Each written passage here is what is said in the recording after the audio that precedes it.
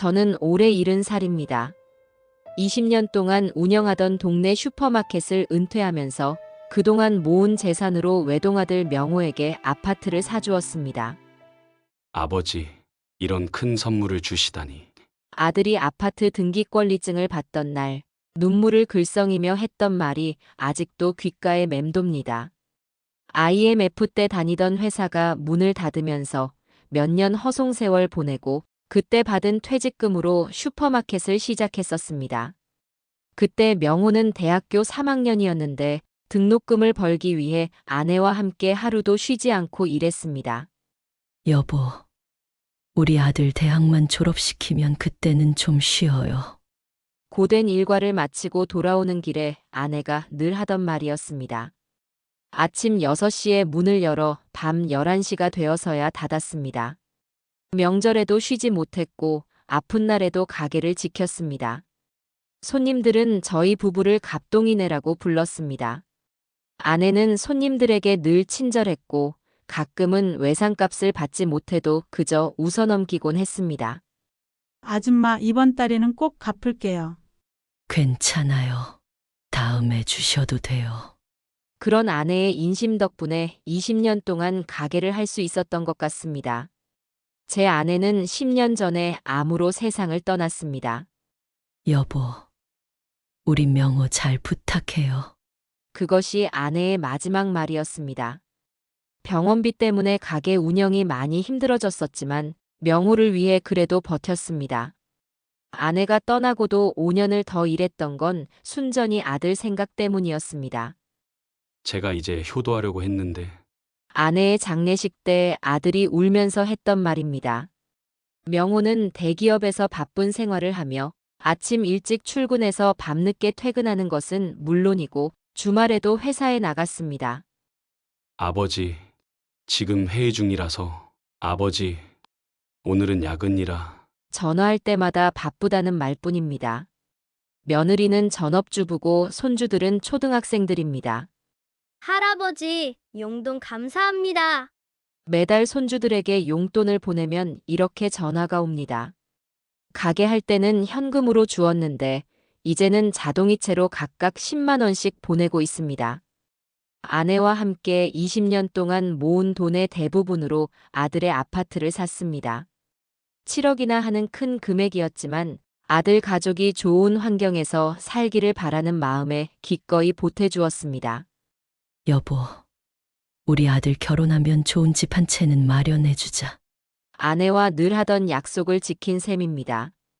가게를 정리하고 받은 권리금까지 모두 보탰습니다. 반지하 단칸방에서 지내면서도 후회는 없었습니다.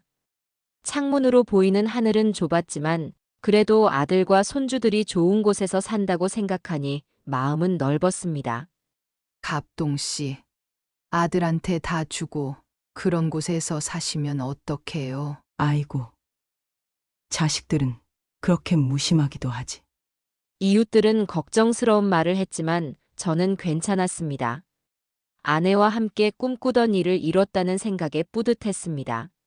새벽에 일어나는 습관은 여전했습니다.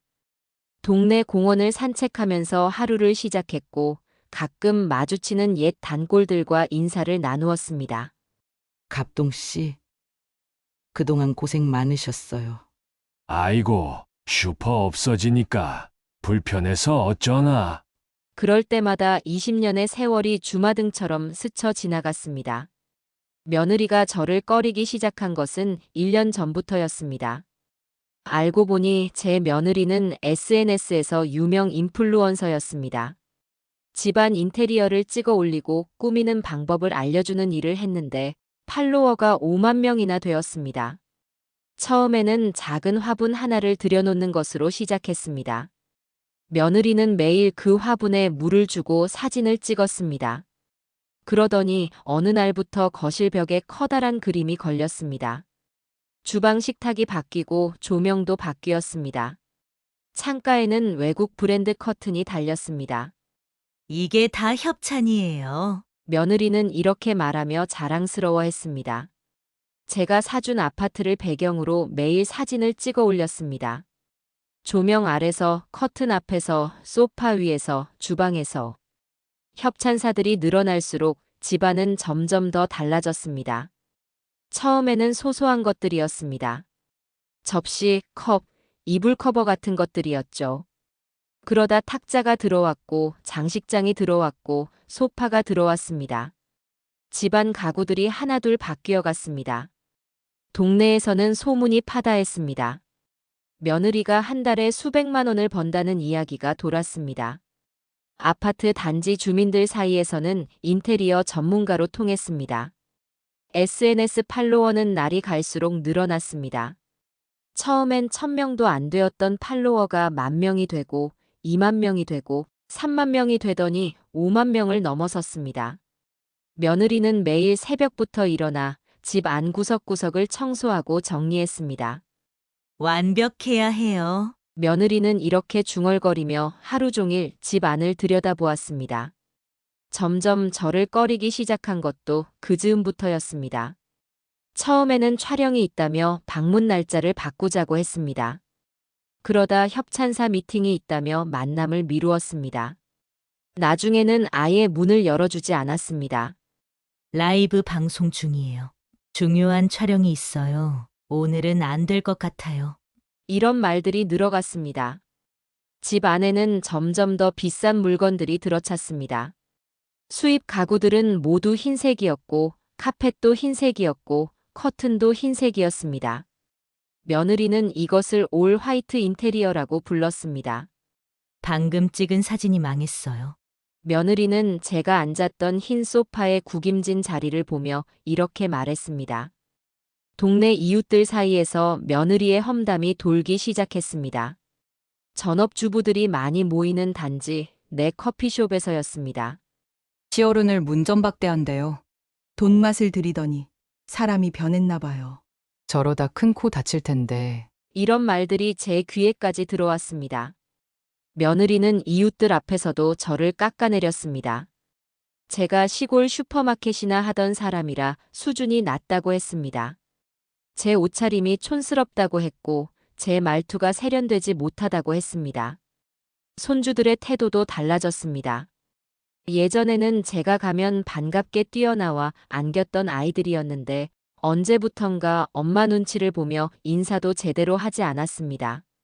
큰 손주가 무심코 내뱉은 말이 가슴을 찔렀습니다. 할아버지, 엄마가 할아버지 신발이 더럽대요.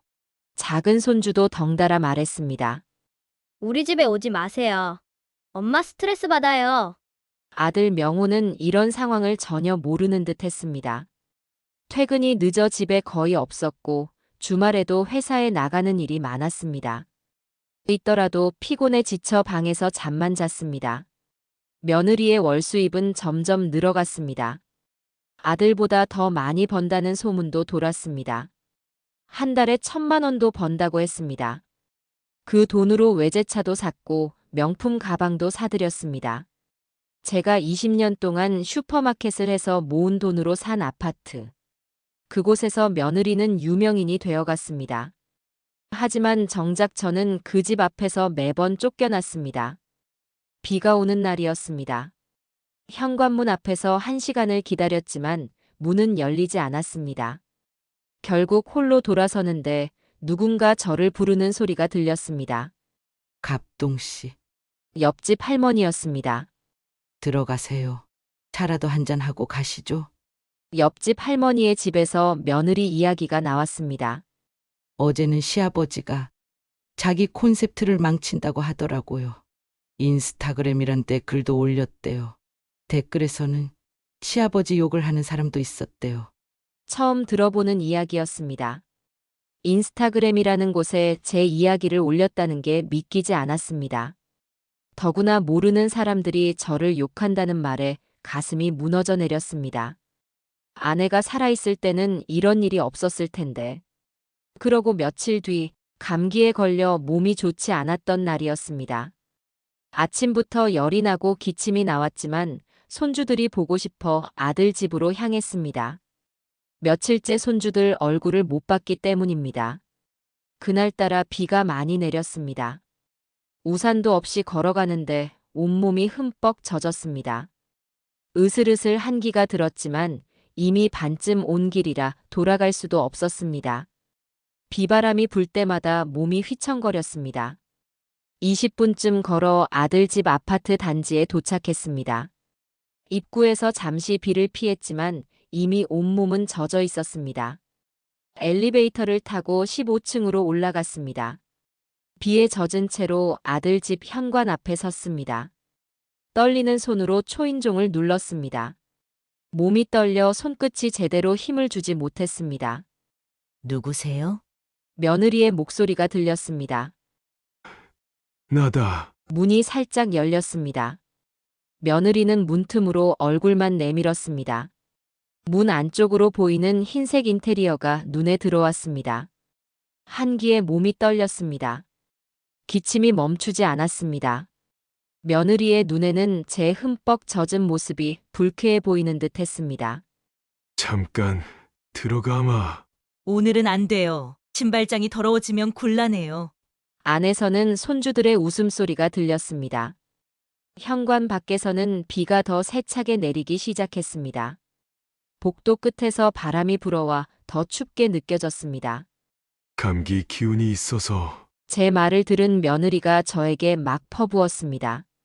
그러니까 더 안 되죠. 전염될 수도 있잖아요. 어디서 아프다는 핑계로 찾아오세요. 이제 곧 협찬사 미팅 나오실 분들도 계시는데 병균 옮으면 어떡하게요. 아버님은 왜 이렇게 눈치가 없으세요? 제가 매번 말씀드리잖아요. 미리 연락하고 오시라고요. 이러니까 제가 아버님이 오시는 걸 꺼리는 거예요. 아니 그러니까 아버님이 우리 집에 자주 오시면 안 된다니까요. 지금 우리 집이 어떤 곳인 줄 아세요? 수많은 사람들이 보는 공간이라고요. 아버님 같으면 이런 날씨에 아픈 사람이 찾아오면 받아주실 것 같아요? 제 SNS 팔로워가 몇 명인 줄 아세요? 이제 곧 라이브 방송도 있단 말이에요. 아버님이 이렇게 아무 때나 오시면 제가 어떻게 일을 하겠어요? 거기다 감기에 걸리셨다면서요?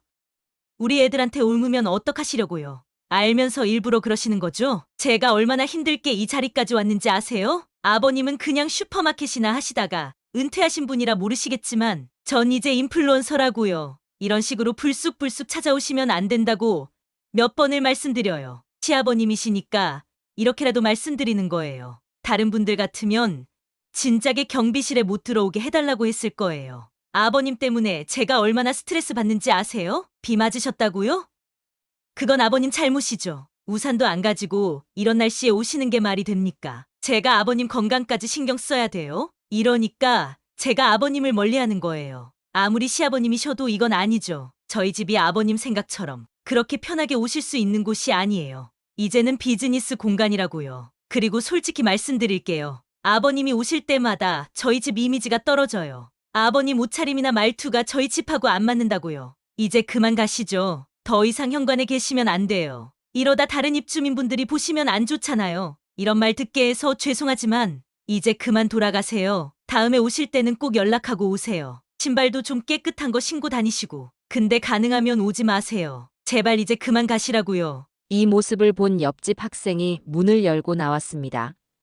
무언가 말하려는 듯 입을 열었다가 그냥 휴대폰을 꺼내 들었습니다. 카메라 셔터 소리가 들렸습니다. 현관문은 그대로 닫혔고 저는 한참을 그 자리에 서서 떨어야 했습니다.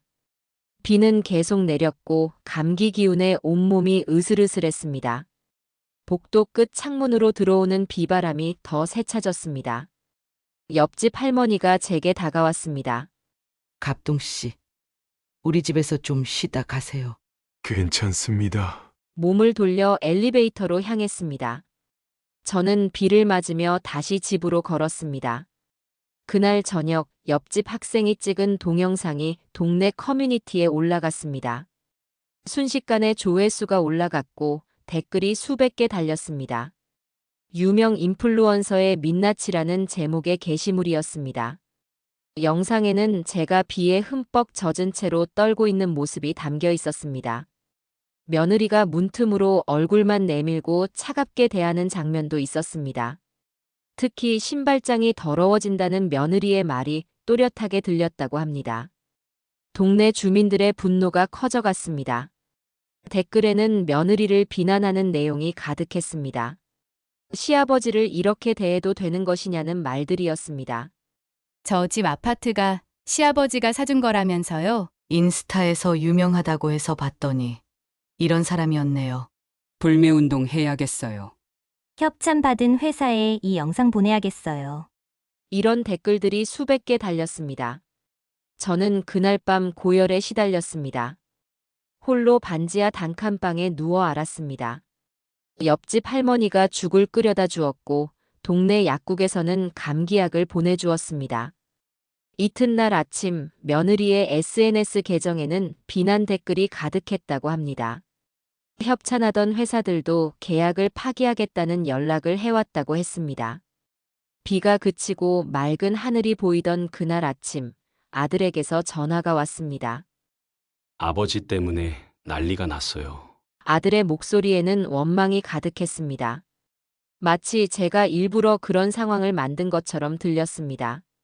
하지만 저는 아무 말도 하지 않았습니다. 할 말이 없었습니다. 그저 창밖으로 보이는 맑은 하늘을 바라보았습니다. 어제의 그 비바람이 거짓말처럼 멈춰 있었습니다. 아침 일찍 정운산 법무사가 제 집을 찾아왔습니다. 40년 지기 친구입니다. 갑동이, 도대체 무슨 일이 있었던 거야? 정운산의 목소리에는 분노가 가득했습니다. 동영상 봤네. 그래서 바로 왔어. 정운산은 제 얼굴을 한참 들여다보더니 한숨을 쉬었습니다. 내가 그랬지. 아들한테 명예 넘기지 말라고. 정운산은 5년 전부터 계속 그 말을 했었습니다. 아들에게 아파트를 사줄 때도 아들 명의로 등기를 하려 할 때도 반대했었습니다. 아직 명의는 안 바꿨지? 고개를 끄덕였습니다. 잘 됐어. 등기부등본 한번 확인해 보자. 정운산은 노트북을 펼쳤습니다. 등기부등본을 조회해보니 다행히 명의는 아직 제 앞이었습니다. 시세 많이 올랐더라. 거의 2배는 됐어. 전에 7억에 샀던 아파트가 이제는 15억까지 올랐다고 했습니다.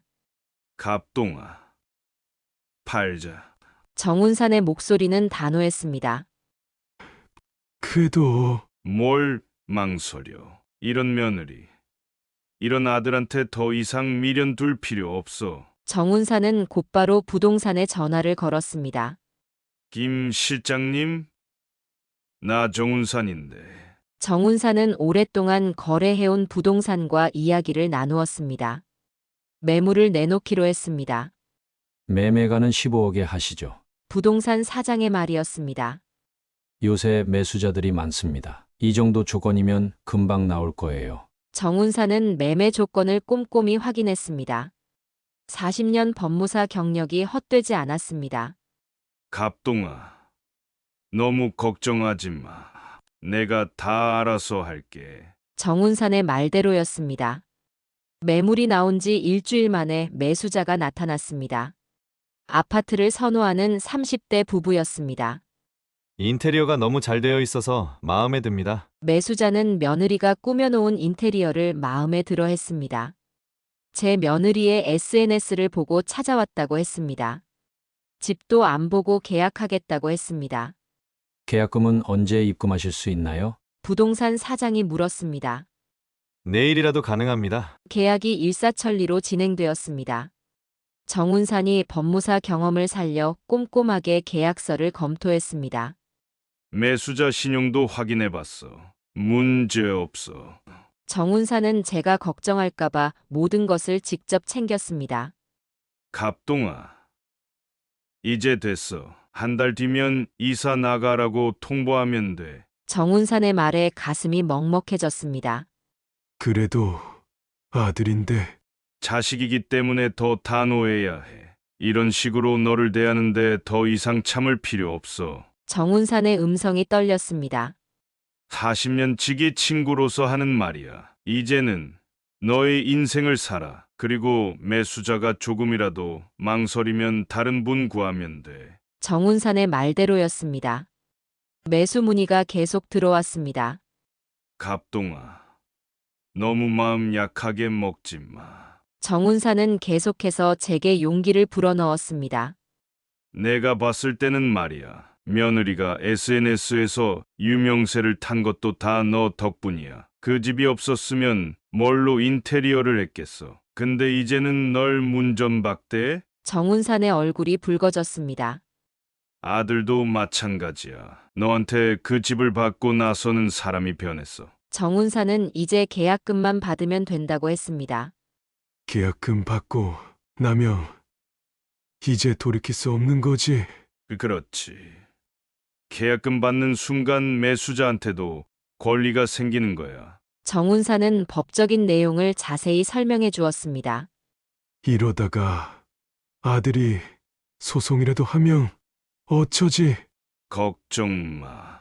명의가 너 앞으로 되어 있는데 뭘 어쩌겠어. 매매 계약서도 내가 꼼꼼하게 검토했고. 다음 날 매수자가 계약금을 입금했다는 연락이 왔습니다. 이제 끝났어. 정운산이 제 어깨를 두드렸습니다. 너무 마음 아파하지 마. 다 너를 위해서 하는 거야. 정운산이 차를 한 잔 더 따랐습니다.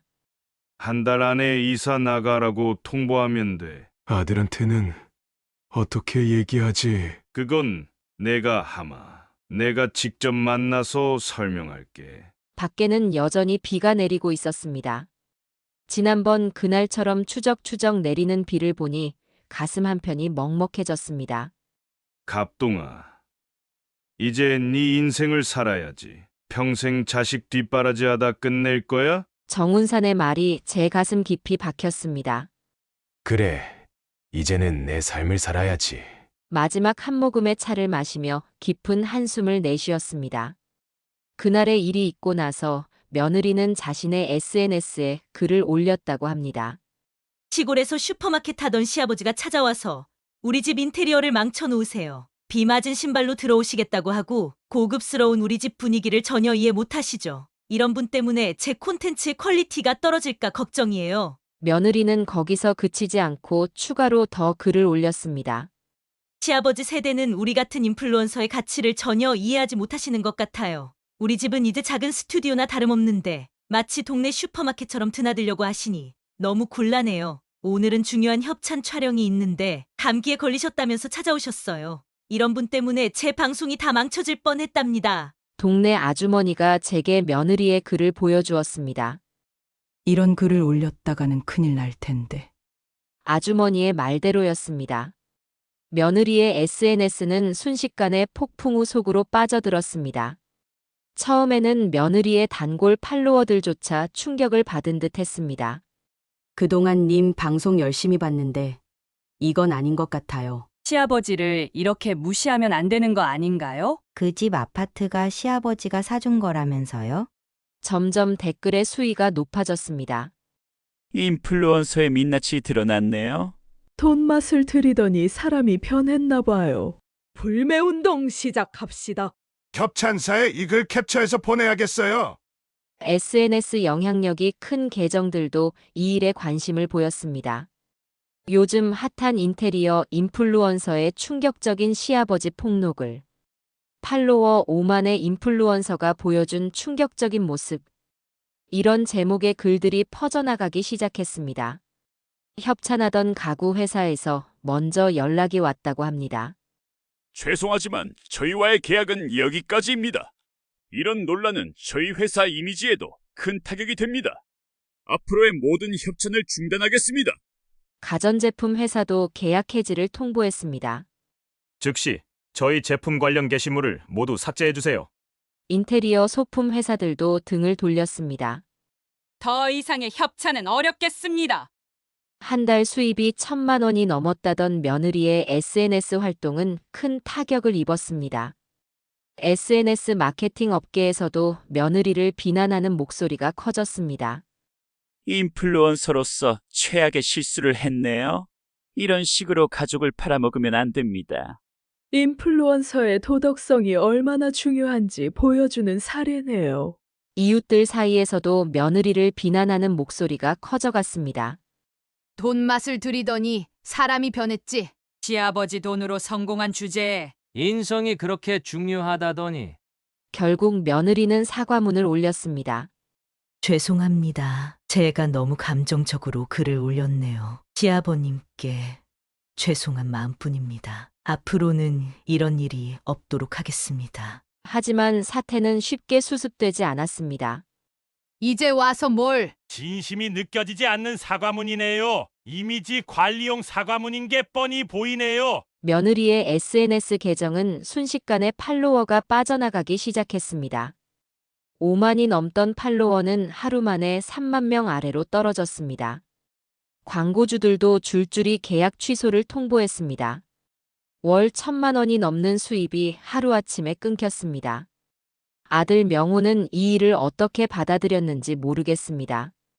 다만 며느리의 SNS 활동이 큰 타격을 입으면서 가정 경제에도 영향이 있었을 것입니다. 이웃들은 이제 며느리를 볼 때마다 수군거렸습니다. 저 사람 SNS에서 시아버지 욕했다던데. 그 유명했던 인플루언서 맞아? 이제는 협찬도 하나도 못 받는다면서. 아파트 매각 소식이 전해진 것은 그날 오후였습니다. 명호가 퇴근길에 동네 부동산에 들렀다가 우연히 자기 집이 매물로 나왔다는 것을 알게 되었습니다. 부동산에 달려간 명호는 큰 소리로 따졌습니다. 우리 집은 매물로 나온 적이 없다니까요? 이게 무슨 소리예요? 소유주이신 아버님께서 직접 매물로 내놓으셨는데요. 그럴 리가 없잖아요. 등기부등본 한번 확인해 보세요. 소유주가 누구신지. 명호는 그제서야 제게 전화를 걸었습니다. 전화기 너머로 떨리는 목소리가 들렸습니다. 아버지, 이게 무슨 짓이에요? 우리 집을 왜 파시는 거예요? 너 집이 아니라 내 집이다. 아버지, 제발 이러지 마세요. 매수자도 나왔고 계약금도 받았다. 아버지, 제가 잘못했어요. 무릎이라도 꿇을게요. 저는 전화를 끊었습니다. 1시간쯤 지났을까, 이번에는 며느리에게서 전화가 왔습니다. 처음으로 자기가 먼저 전화를 걸어온 것이었습니다. 아버님, 저희가 뭘 잘못했는지는 모르겠지만 이제 와서 뭘 모른다는 거냐? 아버님, 제가 사과드릴게요. 그동안 잘못한 거. 이미 늦었다. 아버님, 제 방송은 어떡하고요? 팔로워들한테 제가 뭐라고 해요? 그게 내 알바냐? 며느리의 목소리가 점점 날카로워졌습니다. 아버님도 아시잖아요. 제가 여기서 얼마나 유명한지. 너가 유명해진 게 누구 덕인 줄은 아나? 아니, 그게 무슨. 전화를 끊었습니다. 그날 밤 명호가 찾아왔습니다. 처음으로 술에 취해 있었습니다. 아버지, 제발 그러지 마세요. 현관 앞에 무릎을 꿇었습니다. 이미 계약금도 받았다. 아버지, 집사람이 많이 힘들어해요. 힘들다고? 그래, 뭐가 그리 힘들다더냐? 방송이며 협찬이며 모든 걸 다 잃게 생겼대요. 그래서 힘들다는 거냐? 그럼 난 내가 얼마나 힘들었는지는 생각해 본 적 있냐? 아버지, 비 오는 날 감기 걸려서 찾아갔을 때, 현관에서 쫓겨날 때, 그때 난 안 힘들었겠냐? 명호가 고개를 숙였습니다. 제가 잘못했습니다. 용서해 주세요. 이제 와서 그런다고 달라질 게 있겠니? 아버지가 사주신 집인데 제가 너무 교만했습니다. 그래, 내가 사준 집이다. 내 명의로 된 집이고. 앞으로는 정말 잘하겠습니다. 매수자가 이미 계약금을 냈다. 한 달 안에 이사 나가라. 아버지. 더 할 말 없다. 그날 밤 늦게 며느리도 찾아왔습니다. 평소에 당당하던 모습은 온데간데 없었습니다. 아버님, 제발 집은 팔지 말아주세요. 왜? 네 방송 때문에? 아버님, 제가 잘못했어요. 다시는 그러지 않을게요. 지난번에 비 오는 날, 너가 나를 쫓아냈지. 그땐 제가 정신이 나갔었나 봐요. 이제 와서 그런 말이 나오나? 아버님이 사주신 집이잖아요. 제발. 그래, 내가 사준 집이다. 내가 평생 모은 돈으로 산 집이야. 근데 그 집 앞에서 나보고 신발도 못 벗게 했지. 며느리는 말문이 막힌 듯 했습니다. 한 달 안에 이사 나가라. 더 할 말 없다. 다음 날부터 아들과 며느리는 번갈아가며 찾아왔습니다. 하지만 저의 결심은 확고했습니다. 이미 계약금도 받았고 매수자와의 약속도 있었습니다. 무엇보다 저의 마음이 완전히 돌아선 뒤였습니다. 아내가 하늘나라로 떠난 뒤 혼자 키운 아들이었지만 이제는 더 이상 물러설 수 없었습니다. 그들은 결국 한 달 안에 이사를 나가야만 했습니다. 며느리의 SNS 활동도 끝이 났고 그토록 자랑스러워하던 인테리어도 모두 정리해야 했습니다. 세상 참 아이러니하다는 생각이 들었습니다. 제가 사준 집에서 유명세를 탔던 며느리가 결국 그 집을 잃게 될 줄은 아무도 몰랐을 것입니다. 이사 날짜가 일주일 앞으로 다가왔습니다. 명호 부부는 급하게 집을 알아봤지만 전세금이 없었습니다. 결국 은행에서 대출을 받아 시외곽 지역에 전세를 구했습니다. 며느리의 SNS 수입이 완전히 끊기면서 가게 살림이 갑자기 힘들어졌다고 합니다. 예전에는 한 달에 1,000만 원이 넘는 수입이 있었는데 이제는 명호의 월급으로만 생활해야 했습니다. 협찬받았던 가구들도 모두 회수당했고 남은 것들은 중고로 처분했다고 합니다. 명품 가방도 팔았고 외제차도 국산 중고차로 바꿨습니다. 전에 살던 아파트는 방이 4개였는데 이제 이사갈 집은 방이 2개밖에 없다고 합니다. 손주들은 한 방을 써야 하고 부부는 거실에서 자야 한다고 했습니다. 돈이 없어서 더 좋은 집을 구할 수가 없네요. 명호가 한숨을 쉬었습니다. 전세금도 은행 대출로 겨우 마련했다고 합니다. 이자 부담도 만만치 않을 것 같았습니다. 게다가 새로 이사갈 동네는 교통도 불편하고 학군도 좋지 않았습니다. 이사 당일 매각이 완료되고 15억이라는 거액이 제 통장에 들어왔습니다. 정운산이 제게 말했습니다. 갑동아, 이 돈 잘 관리해야 한다. 정운산은 이미 모든 계획을 세워두었던 모양입니다. 두꺼운 서류 뭉치를 들고 왔습니다. 전부 다 너의 노후 자금으로 투자하자. 이제는 너의 인생을 살아야지. 전부 다?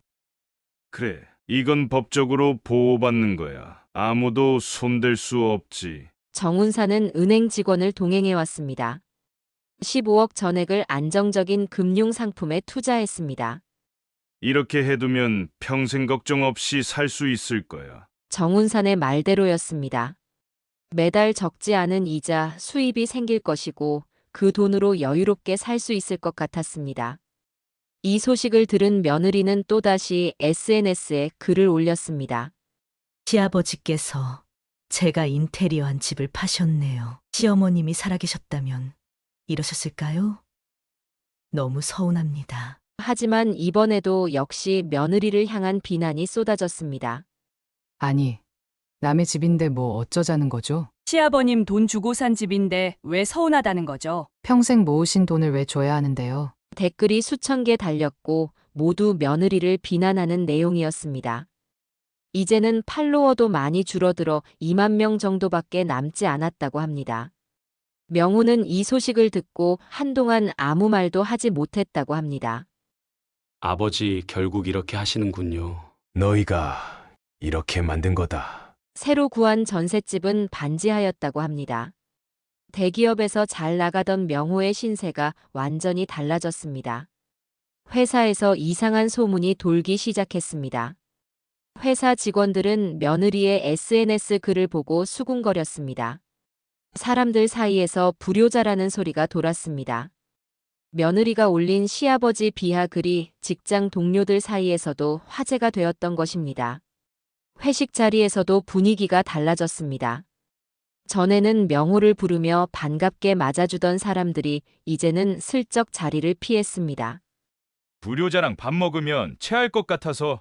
누군가 던진 농담에 다들 웃었지만 명호의 가슴에는 비수가 꽂혔습니다. 부장님도 명호를 부르더니 한마디 했습니다. 회사에서는 직원의 가정사를 따지지 않아. 하지만 우리 회사가 추구하는 기업 가치에는 효도도 포함되어 있다는 걸 명심하게. 주요 프로젝트에서 명호의 이름이 빠지기 시작했습니다. 중요한 회의에도 부르지 않았고 해외 출장도 다른 사람으로 대체되었습니다. 스트레스가 쌓여갔습니다. 밤에는 잠을 이루지 못했고 아침이면 속이 쓰렸습니다. 회사에 가는 것이 두려워졌습니다. 집에 돌아오면 며느리와의 다툼이 시작되었습니다. 당신 때문에 내가 모든 걸 다 잃었잖아요. 시아버님 편만 들더니 이제 좋아요? SNS도 망가졌고 협찬도 다 끊기고 당신은 뭘 했어요? 부부 싸움이 잦아졌고 끝내는 며느리가 짐을 싸겠다고 했습니다. 결국 명호는 사표를 냈습니다. 더 이상 버틸 수가 없었습니다. 퇴직금을 받아 전세 대출금 일부를 갚았지만 생활은 더욱 궁핍해졌습니다. 며느리는 이 모든 것이 시아버지 때문이라며 날마다 원망했습니다. 시아버지만 없었어도 이렇게 되진 않았을 거예요. 우리가 뭘 그렇게 잘못했다고 이런 벌을 주시는 거예요? 이제 당신도 직장 잃고 나도 인플루언서 그만두고 다 시아버지 때문이에요. 명호는 말없이 소주만 마셨습니다. 매일 밤 소주병이 늘어갔고 부부 사이는 더욱 멀어져 갔습니다. 아이들도 달라졌습니다. 예전에 다니던 학원을 모두 그만두어야 했고 학교 생활도 불안정해졌습니다. 갑작스러운 환경 변화에 적응하지 못한 탓이었습니다. 며느리는 여전히 SNS를 그리워했습니다. 팔로워들의 관심과 찬사, 협찬사들의 선물, 그리고 꾸준한 수입. 모든 것을 한순간에 잃어버렸다는 상실감에 시달렸습니다. 내가 그동안 쌓아온 게 얼마나 많은데 이제 와서 다시 시작하기엔 너무 늦었어요. 시아버지는 우리 가족을 망치신 거예요. 명호의 재취업은 쉽지 않았습니다. 나이도 있었고 소문도 좋지 않았습니다. 중소기업 몇 군데 면접을 보았지만 모두 고배를 마셨습니다. 결국 퇴직금마저 바닥이 났고 카드 빚은 늘어만 갔습니다. 며느리는 다시 SNS를 시작해 보려 했지만 예전처럼 인기를 얻지는 못했습니다. 이제 우리는 어떻게 살아가야 하나요? 며느리의 한숨 소리가 깊어졌습니다. 명호는 소주병만 만지작거렸고 아이들은 방에서 나오지 않았습니다. 시간이 갈수록 가정은 더욱 삭막해져 갔습니다. 아침 식사도 함께 하지 않았고 저녁에도 각자 따로 시간을 보냈습니다. 대화도 줄어들었고 웃음소리도 사라졌습니다. 이제는 서로 마주보는 것조차 불편해진 모양입니다. 이 모든 것이 제 탓이라고 하지만 그들이 저를 그렇게 만들었다는 것은 모르는 것 같습니다. 제가 노인대학에 처음 가게 된 것은 정운산 덕분이었습니다. 정운산은 법무사 일을 하면서 노인대학 자문위원도 맡고 있었습니다.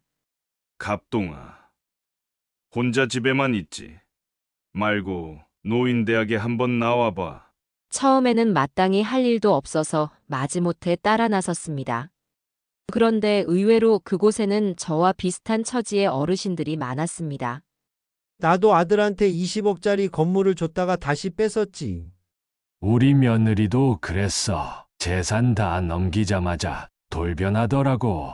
자식들 믿다가는 한순간에 길거리에 나앉을 수 있어. 노인대학에는 다양한 강좌가 있었습니다. 그 중에서 제일 먼저 컴퓨터 교실에 등록했습니다. 이제는 컴퓨터를 모르면 세상 물정을 모르는 거나 다름없죠. 강사 선생님이 하시는 말씀이었습니다. 처음에는 마우스 잡는 것조차 어색했습니다. 키보드의 자판을 하나하나 눌러가며 타자 연습을 했습니다. 인터넷도 배웠고 이메일도 배웠습니다. 수업이 끝나면 어르신들과 함께 노인대학 매점에서 차를 마시며 이야기를 나눴습니다. 다들 저마다의 사연을 가지고 있었습니다. 나는 딸한테 사기를 당했어. 우리 아들은 재산 때문에 형제 간에 싸움이 벌어졌지. 결국 제일 중요한 건 자신의 노후야. 어르신들은 제가 내린 결단을 전적으로 지지해 주었습니다. 잘하셨어요. 그렇게라도 해야 자식들이 정신을 차리지. 평생 모은 재산인데 지켜야지. 자식이라고 다 줘버리면 안 돼. 이제라도 그런 결심을 하셨으니 다행이에요. 컴퓨터를 배우면서 세상이 달리 보이기 시작했습니다. 인터넷으로 뉴스도 보고 주식 시세도 확인하고 은행 업무도 할 수 있게 되었습니다. 노인대학에서는 컴퓨터 말고도 많은 것을 배웠습니다. 스마트폰 활용법, 건강체조, 그림 그리기, 노래 교실까지. 하루하루가 바빴습니다. 정운사는 제가 달라지는 모습을 보며 흐뭇해했습니다. 이제 좀 사람답게 사는 것 같지? 그러게, 이런 세상이 있는 줄도 몰랐어. 매일 아침 9시에 노인대학으로 출근하다시피 했습니다. 주말에는 동기들과 근교 산행도 다녔습니다. 밤에는 컴퓨터로 영화도 보고 책도 읽었습니다. 노인대학 어르신들과는 서로의 근황을 나누며 위로가 되었습니다. 모두들 저마다의 아픔을 안고 있었지만 그 아픔을 이겨내고 새로운 삶을 살아가고 있었습니다. 우리도 이제 우리 인생을 살아야지. 자식들 뒷바라지 하느라 못 해본 거 이제라도 해봐야지. 아직 늦지 않았어요. 세상에는 제가 모르던 즐거움이 이렇게나 많았습니다. 매일 새로운 것을 배우고 새로운 사람들을 만나면서 하루하루가 새로웠습니다.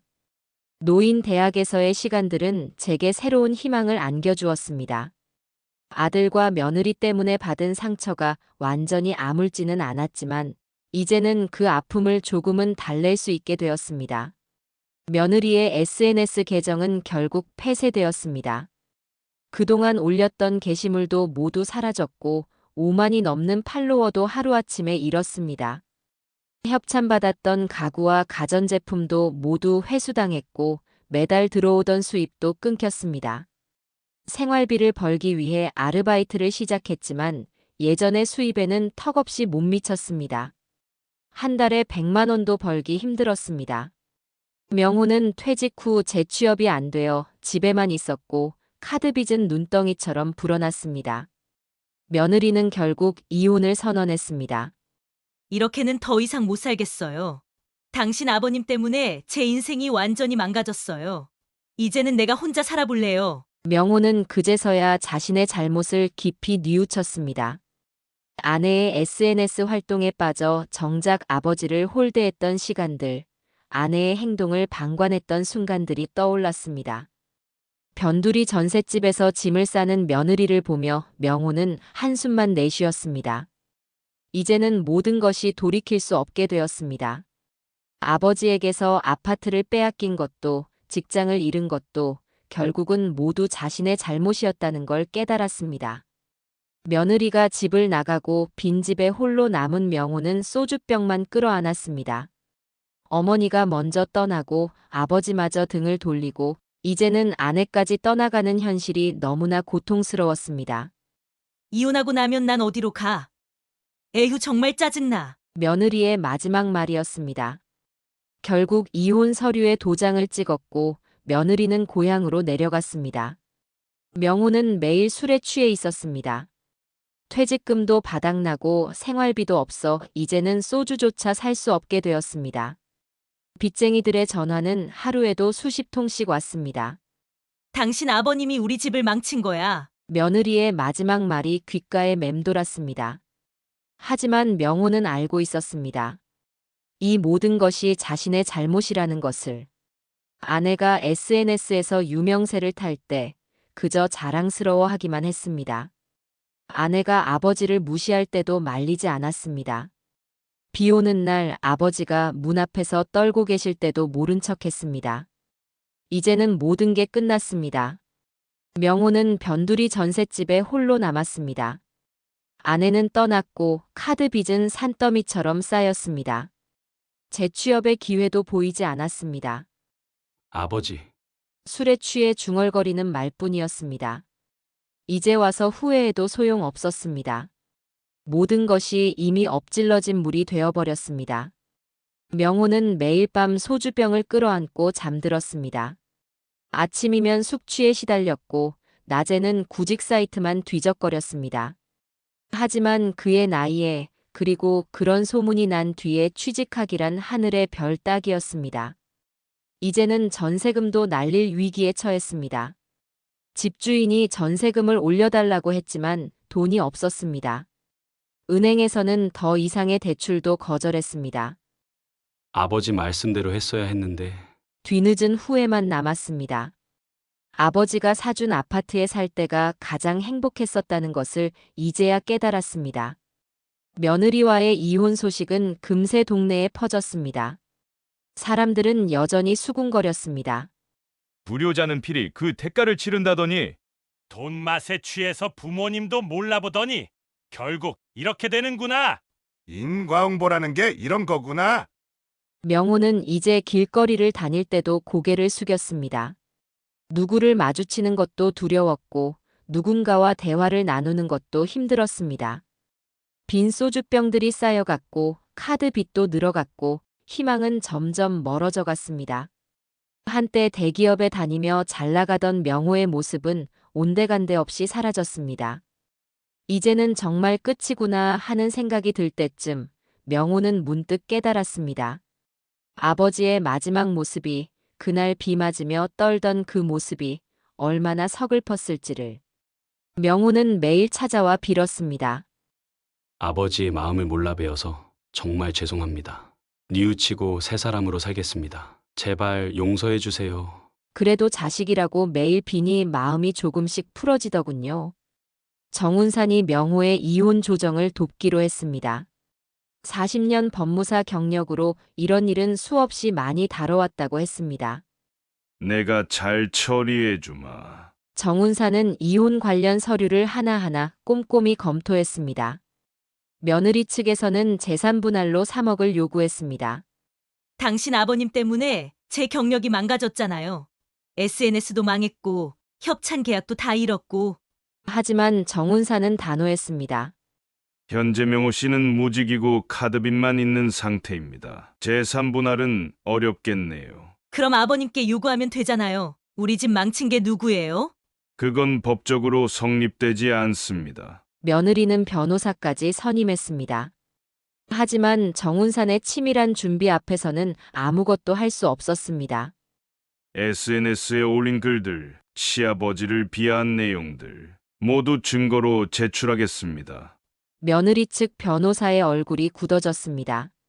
오히려 이런 내용이 알려지면 앞으로의 활동에도 지장이 있을 텐데요. 정운산의 말에 며느리는 말문이 막혔습니다. 이혼 조정은 빠르게 진행되었습니다. 결국 며느리는 위자료를 한 푼도 받지 못했습니다. 오히려 카드빚 중 일부를 떠안아야 했습니다. 이게 최선입니다. 이 정도면 감사하게 생각하세요. 정운산의 조언에 며느리는 고개를 숙였습니다. 결국 며느리는 고향으로 내려가기로 했습니다. 짐도 별로 없었습니다. 명품 가방도 비싼 옷도 다 팔아버린 뒤였습니다. 이제 와서 생각해보니 제가 너무 교만했나 봐요. 며느리의 마지막 말이었습니다. 택시를 타고 떠나는 며느리의 뒷모습을 보며 정운산이 말했습니다. 세상 일이란 게 다 이런 거야. 이제 명호는 혼자가 되었습니다. 빚쟁이들의 전화는 여전했고 재취업의 길은 보이지 않았습니다. 이제 어떻게 살지? 정운산은 명호의 어깨를 두드렸습니다. 늦지 않았어. 이제부터라도 새로 시작하면 돼. 며느리는 고향에서 조그만 가게를 시작했다고 합니다. 더 이상 SNS도 하지 않고 인플루언서라는 말도 꺼내지 않는다고 했습니다. 세상살이가 참 아이러니합니다. 한때는 수만 명의 팔로워를 거느린 유명 인플루언서였던 사람이 이제는 시골 구멍가게 주인이 되었다는 게 정운산의 말처럼 이제 모두가 새로운 시작을 해야 할 때인 것 같습니다. 저도 명호도 그리고 며느리도 1년이라는 시간이 흘렀습니다. 명호는 결국 근처 시장에 작은 국수집을 열었습니다. 처음에는 장사가 잘 되지 않아 힘들어했지만 점차 단골이 생기기 시작했습니다. 아버지, 제가 이제야 장사가 뭔지 알겠어요. 명호의 목소리에는 더 이상 예전의 거만함이 없었습니다. 대기업에 다닐 때의 자존심은 사라졌고 이제는 손님 한 분 한 분을 정성껏 대했습니다. 정운산도 가끔 국수를 먹으러 왔습니다. 명호가 많이 달라졌어. 그래, 이제야 사람다워졌지. 국수 한 그릇을 앞에 두고 정운산과 이야기를 나누었습니다. 동네 어르신들은 저를 보면 엄지를 치켜 세웠습니다. 그때 그런 결단 잘 하셨어요. 자식이라고 다 믿었다가는 큰일 날 뻔했죠. 이제는 명호도 정신 차린 것 같아요. 노인 대학에서 만난 친구들도 저의 선택을 지지했습니다. 이제는 그때의 일들을 담담하게 이야기할 수 있게 되었습니다. 명호의 국수집은 시장 안쪽 골목에 있었습니다. 저도 한때 그랬듯이 아침 일찍 문을 열어 밤늦게까지 장사를 했습니다. 아버지, 이제야 아버지 마음을 조금 알 것 같아요. 가게 하시면서 얼마나 힘드셨을지. 명호는 이제 장사의 고충을 알게 되었다고 했습니다. 손님이 없어 발을 동동 구르던 날들, 밀린 월세 걱정에 잠 못 이루던 밤들. 그제야 제가 겪었던 시간들을 이해하게 된 모양입니다. 정운사는 이런 변화를 보며 흐뭇해했습니다. 세상만사 세옹지 말하더니 이렇게 될 줄 누가 알았나. 이제 보니 자네가 한 선택이 다 옳았어. 동네 사람들도 명호의 변화를 알아봤습니다. 아들이 많이 달라졌어요. 이제는 손님들한테도 공손하고 옛날에 그 거만한 모습은 찾아볼 수가 없어요. 명호는 이제 자신의 잘못을 인정했습니다. 아내의 SNS 활동에 빠져 정작 중요한 것을 놓쳤다는 것을, 그리고 아버지의 마음을 외면했다는 것을. 매일 아침 일찍 시장에 나와 국수 육수를 끓이고 밤늦게까지 그릇을 닦는 생활. 명호는 이제 그 시간들을 통해 진정한 삶의 의미를 배우고 있는 것 같았습니다. 정운사는 자주 들러 명호와 이야기를 나누었습니다. 힘들지. 네. 하지만 이제는 견딜만해요. 그래. 사람은 다 거기서 거기야. 가끔은 노인 대학 친구들과 함께 국수를 먹으러 가기도 했습니다. 어르신들은 명호의 국수 맛을 칭찬했고 그의 변화된 모습을 응원했습니다. 아들이 이렇게 착실해졌으니 이제 마음이 좀 놓이시겠어요. 그래도 피는 못 속이는가 봐요. 결국 아버님처럼 장사꾼이 됐네요. 명호는 이제 더 이상 재산을 바라지 않았습니다. 그저 열심히 살면서 자신의 잘못을 만회하고 싶다고 했습니다. 아버지, 저 이제 욕심 부리지 않을게요. 그래, 그걸 알면 됐다. 세월이 참 묘하다는 생각이 들었습니다. 1년 전만 해도 이런 날이 올 거라고는 상상도 못했습니다. 시장 골목의 작은 국수집에서 명호는 새로운 삶을 시작하고 있었습니다. 더 이상 화려한 삶은 아니었지만 그의 얼굴에는 진정한 평화가 깃들어 있었습니다. 정운산의 말대로였습니다. 세상 일은 세옹지 마. 나쁜 일 같아도 좋은 결과로 이어질 수 있다는 것을. 이제야 그 말의 의미를 진정으로 이해하게 되었습니다. 며느리는 고향에서의 평온한 일상에 점차 적응했습니다. 작은 가게에서 손님들과 소소한 대화를 나누며 하루하루를 살아갔지만 마음 한구석에는 여전히 SNS에 대한 그리움이 남아 있었습니다. 결국 며느리는 다시 SNS를 시작했습니다. 처음에는 소박한 일상을 기록하는 계정으로 시작했지만 시간이 지나면서 옛 명성을 되찾고 싶다는 욕심이 고개를 들었습니다. 다시 도전해볼까? 이번엔 다르게 해봐야지. 처음 몇 개월간은 나름 괜찮은 반응이 있었습니다. 그녀의 팔로워 수도 서서히 증가했고 작은 협찬도 들어오기 시작했습니다. 하지만 과거의 그녀를 기억하는 사람들은 쉽게 잊지 않았습니다. 아, 이 사람 그때 그 며느리 아냐? 시아버지랑 법정 다툼했던 그 사람 맞네. 결국 돌아왔네. 근데 이제는 별로 관심 없어. 이런 반응이 이어지자 며느리는 다시금 자신이 처한 현실을 깨달았습니다. 그녀는 자신을 잊지 못하는 세상의 시선이 얼마나 무거운지 뼈저리게 느꼈습니다. 결국 그녀의 계정은 예전처럼 인기를 끌지 못했고 다시 한번 사람들의 기억 속에서 잊혀갔습니다. 한편 저의 노년은 더욱 빛나고 있었습니다. 노인 대학에서 활발히 활동하던 어느 날 노인의 인생 상담을 해주는 프로그램을 제안받았습니다. 저의 인생 경험이 녹아든 상담은 큰 호응을 얻었습니다. 지역 방송에도 몇 차례 출연하며 동네 어르신들 사이에서 유명 인사가 되었습니다. 아이고, 김 선생님이 말하는 건 그냥 들으면 답이 나와. 인생 상담은 김 선생님이지. 노인 대학 친구들은 저를 자랑스러워했고 저의 삶을 본보기로 삼았습니다. 저는 상담을 통해 사람들의 이야기를 듣고 조언하며 오히려 저의 삶에 대해 더 큰 깨달음을 얻었습니다. 살다 보면 누구나 실수도 하고 돌아가는 길도 있는 법이지. 중요한 건 그걸 배우고 나아가는 거야. 노인 대학에서 만난 친구들과의 관계는 그를 더욱 활기차게 만들었습니다. 특히 한 명의 친구와는 깊은 우정을 넘어 특별한 감정을 느끼게 되었습니다. 함께 차를 마시며 지난 이야기를 나누는 시간이 점점 많아졌고 아들도 저에게 이제 아버지도 친구 이상의 동반자가 필요하지 않으세요? 라고 응원했습니다.